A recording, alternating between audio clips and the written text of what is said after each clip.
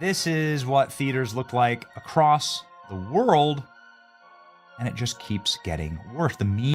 Let's say that you were in a Hollywood movie, and the trailer for that movie dropped on YouTube, and it instantly became the #1 most downvoted trailer in the history of the platform. See the other side. What's the dwarf? Dwarf refers to a person with one of several varieties of a specific genetic condition called dwarfism.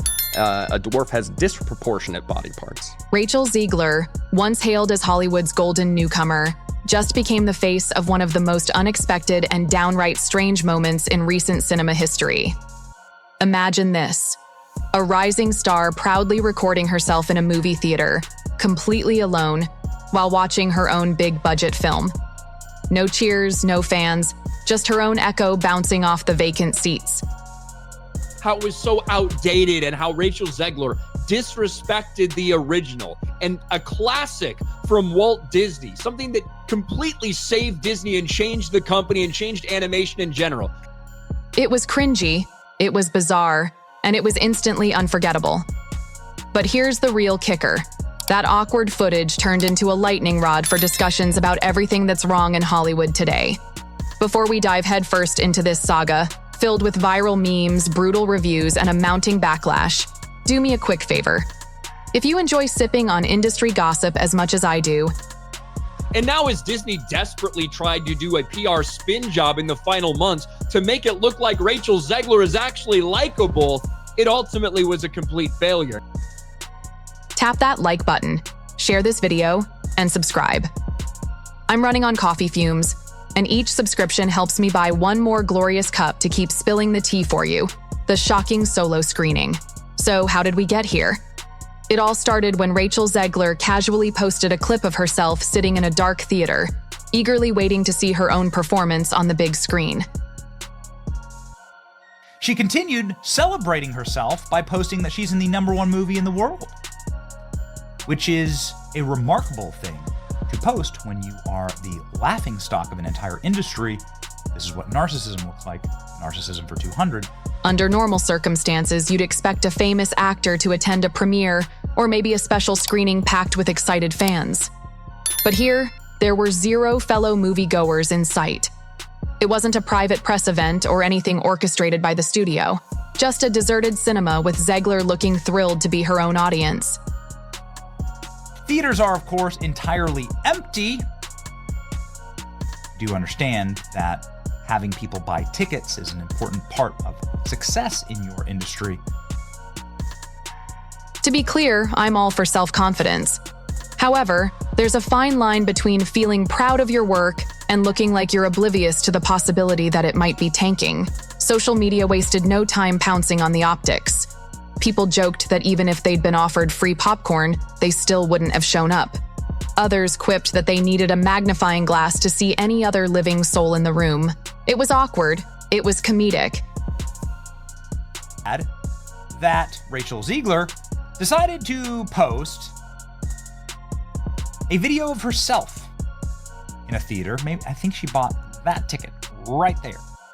And it set the stage for what has become one of the most roasted moments in modern movie marketing: a meme explosion. You know how the internet operates. The moment something awkward happens, especially if a celebrity is involved, it transforms into meme fuel. And oh, did Rachel Zegler's video deliver? Decided to film herself in a theater, totally empty, giggling, tee-hee-heeing with total glee. Within hours, you had people adding laugh tracks, pretending to be the invisible crowd, and even superimposing comedic voiceovers suggesting that ghosts might be the only audience left for this film. TikTok and Twitter had a field day, churning out parodies that ranged from gentle ribbing to straight-up savage takedowns. What's interesting is that these memes weren't just random jokes. Look at this. Look at this face. What can be said about this level of narcissism here? They symbolized a widespread feeling of frustration with the movie itself. Viewers weren't just mocking Zegler's moment, they were also taking aim at what they considered Disney's out-of-touch approach to reimagining beloved classics. And in many ways, Rachel's empty theater applause became a perfect visual metaphor for how the audience felt about this entire production: detached, disinterested, and left hanging.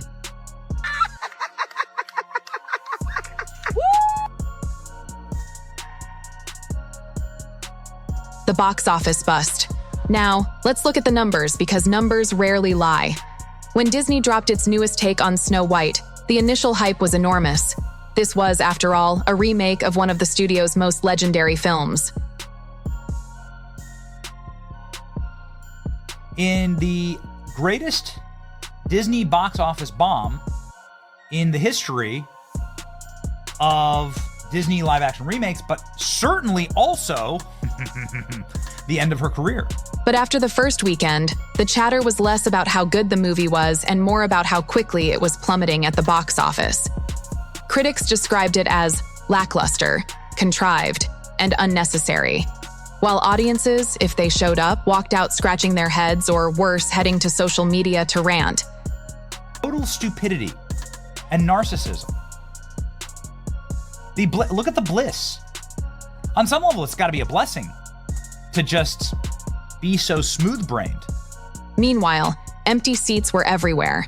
Yes, blockbusters often have their slow nights, but the scale of this emptiness was jaw-dropping.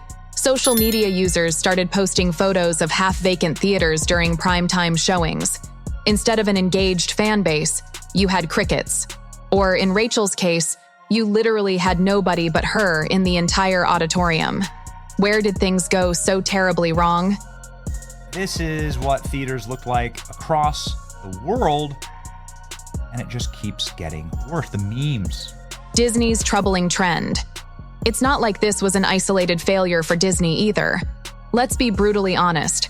Over the past few years, Disney has rolled out a series of high-profile reboots and sequels, many of which have stumbled or outright face-planted when it comes to public reception. Classic tales that once had near universal appeal are now being met with skepticism or disdain. Rachel Zegler watching Snow White in an empty theater. Rachel Zegler is watching her box office flop, Snow White in an empty theater. The level of delusion should be studied, actually. What changed? For starters, audiences have grown skeptical of what they view as shallow, modern spins slapped onto old favorites. Rather than breathing fresh life into a timeless story, these remakes sometimes feel like a box-checking exercise, aiming to hit social or political talking points more than telling a compelling tale.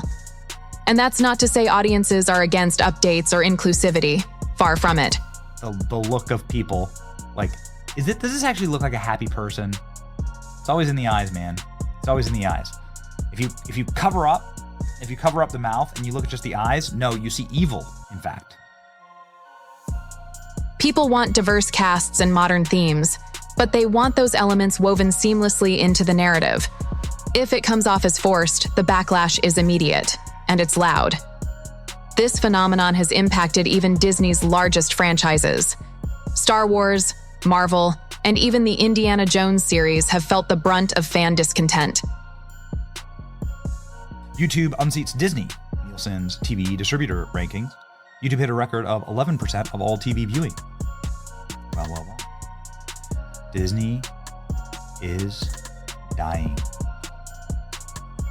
From questionable casting choices to storylines that stray far from the source material's heart, the magic that once guaranteed box office gold has started to fade. And each time a film stumbles, the internet response grows more intense. Rachel Zegler's public persona. But let's circle back to Rachel Zegler. Why did she become the focal point of this entire meltdown? And at this point, Americans have rejected it. So not only the critics also didn't really like it all that much. 42% as a critic rating on Rotten Tomatoes, 1.7 out of 10 on IMDb. Wait, was that a 74% Audience fans? score? Part of it stems from how she's presented herself in interviews and on social media. Initially introduced to the world through West Side Story, she appeared poised, talented, and ready for stardom. Fans were eager to see her progress. Yet after landing the lead in Snow White, she made multiple remarks that some interpreted as dismissive toward the original 1937 classic. Now, if there's one thing to glean from this, it's actually the sheer quality of the negative reviews. So let me read you some quotes. It says, I paid nothing to watch the trailer, but I want my money. Oh, that's nice. Nice job.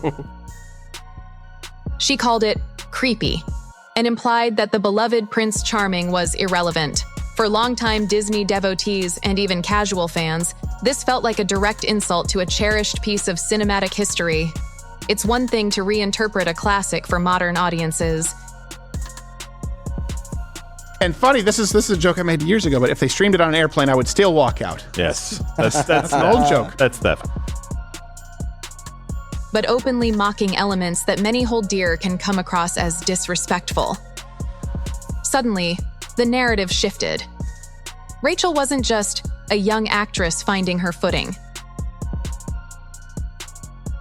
Put through this, right? Oh, there's no prince. Woman doesn't need a prince. Oh, Lord. Really? Okay, good Shut luck up. back then. It's just so stupid. Like, of course you do. She was branded as someone who disregarded the very foundation of what made her role iconic in the first place. And it didn't help that with each wave of criticism, Zegler seemed to double down on her stance. She posted defiantly on social media, sometimes celebrating the film's supposed success in ways that felt oblivious to its actual box office performance.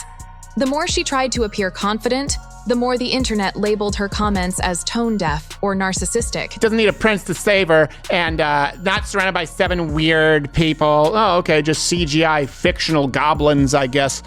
It was a PR nightmare unfolding in real time. The YouTube factor. So how did this all blow up so fast? A big part of it is YouTube, and the broader online ecosystem where everyone becomes a critic.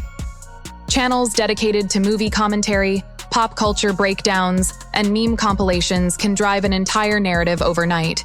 These creators don't mince words. And then she came out and said that, what did she say? That she had no empathy for Trump voters. If they think a film is terrible, they'll roast it mercilessly. And if a movie star provides easy fodder, like Rachel did by posting that viral empty theater clip, well, the internet pounces with a unified roar. That's the reality studios face in 2025. Gone are the days when a few film critics and major newspapers had the final say. What's crazy about this is Disney has been so careful and controlling for a long time as far as the narrative and protecting their brand. Now, a single YouTuber with a dedicated subscriber base can sway opinions more effectively than a glossy magazine review. Audience sentiment forms quickly in comment sections, reaction videos, and social media threads. If you release a trailer and it's met with overwhelming criticism, no level of studio spin can undo the damage. People no longer rely on official channels. They have everyday commentators they trust, and these voices are shaping the pop culture landscape at lightning speed. Disney's crisis of confidence. While Rachel Zegler's gaffe is the headline grabber, it also points to a deeper crisis at Disney. Insiders speak of creative turmoil, projects changing direction mid-production, heavy rewrites, and a corporate culture more focused on checking off diversity or messaging boxes than delivering genuine storytelling. And I get it, there's a difference between spoiling and whatever, but to go out and badmouth everybody and talk smack about, older movies in the same franchise, the canon story, I guess? Yeah. I don't know, dude. I feel like they would have had better control over that. Again, it's not about rejecting modern values. It's about how those values are integrated. Viewers can sense insincerity from a mile away, and when a movie feels more like a lecture than an adventure, the seats stay empty. Adding to that tension is the international scene. Disney has made questionable moves tailoring posters and promotional materials for global markets, sometimes editing out or downplaying aspects of characters for regions with different cultural norms. Fans have called this hypocrisy, pointing out the contradiction in championing certain causes domestically while quietly watering them down abroad. Over time, these choices chip away at the trust and goodwill Disney built over decades. Is Rachel Zegler the scapegoat or a symbol? At this point, some people argue Rachel Zegler is being unfairly singled out, that it's not her fault an entire studio miscalculated audience expectations. And there's truth in that. Snow White's failures can't all be pinned on one actress. Directors, producers, marketing teams, and Disney executives each played a role in shaping a film that simply didn't resonate. You can talk, you can say you work a job, whatever. You cannot talk about trade secrets and certainly not compromise our investigative journalists in the field. What, so no free speech? These people could get shot. Yet her public comments and that infamous selfie video made her the most visible aspect of the controversy. Others see her as a glaring example of the larger problem. A new generation of Hollywood stars who seem more interested in pushing personal agendas, or at least the agendas studios encourage them to push, than preserving the essence of the stories they've been hired to tell. Her interviews, whether intentionally or not, came off as dismissive toward longtime fans. And in an era where audience engagement and fan loyalty matter more than ever, alienating the core fan base is akin to lessons in listening. Ultimately, this fiasco is a loud wake-up call to Hollywood as a whole. Audiences are no longer passive recipients of entertainment. They're active participants, capable of shaping narratives and outcomes. This is their policies coming back to bite them. They went woke.